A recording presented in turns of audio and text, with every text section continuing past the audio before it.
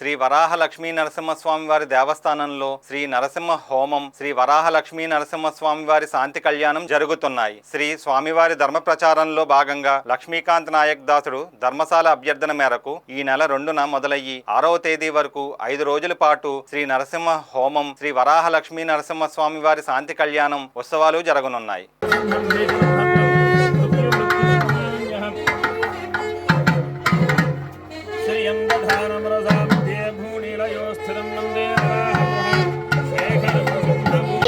మానసికమైనటువంటి శారీరకమైనటువంటి రుగ్మతలన్నింటినీ దూరం చేసి ఆయన దగ్గరికి చేర్చుకొని ఆయన కైంకర్యంలో నిరంతరం మనం ప్రవర్తించేటట్టు ఒక మంచి మార్గాన్ని మనకు ఏర్పరుస్తాడు. అందుచేత ఆ స్వామిని సేవిద్దాం. సేవించి స్వామి అనుగ్రహం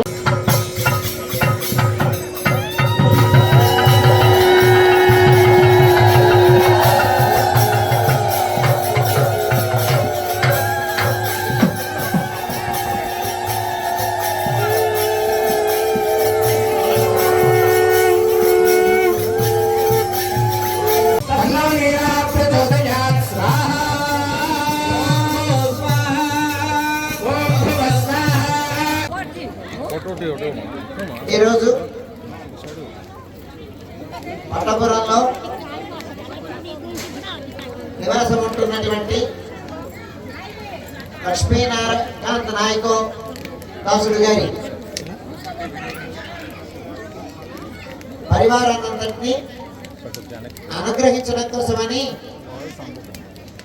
సింహాచలంలో వేయించేసినటువంటి వరాహ లక్ష్మీ నరసింహ ప్రభు తాను దయచేసాడు. ఇక్కడికి చాలా అదృష్టం చేసుకున్నటువంటి వాళ్ళ మనం ఈ గ్రామంలో ఉండేటువంటి వాళ్ళందరూ భగవంతుడి యొక్క అనుగ్రహం ఎప్పుడు ఎవరి మీద ప్రసరిస్తున్నది ఎవరో చెప్పలేము. అవ్యాజమైనటువంటి అనుగ్రహాన్ని ఆయన ఎప్పుడు ఎవరి మీద కురిపిస్తాడో చెప్పలేము. వర్షం పడుతుంది. ఆ వర్షం ఎప్పుడు వర్షం పడుతుందో ఎవరికి తెలియదు. ఆ వర్షం ముచ్చపు చెప్పులో పడితే ఒకే కాంతిలో పడినటువంటి ఆ చిన్నకే ముచ్చం అవుతుంది.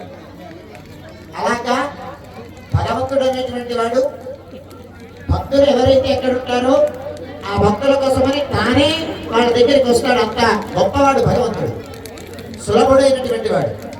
ఇక్కడ ఉండేటువంటి వాళ్ళందరూ సింహాచలం వచ్చి సింహాచల స్వామిని దర్శించడం చాలా వ్యయప్రయాసాలకి తో కూడినటువంటి స్థితి అని ఆయనే ఇక్కడికి వచ్చి నేను మీ దగ్గరికి వస్తున్నాను, రండి నన్ను దర్శించండి అని స్వామి మన దగ్గరకు వచ్చాడు. చాలా గొప్పవాడు కదా భగవంతుడు, సులభుడు.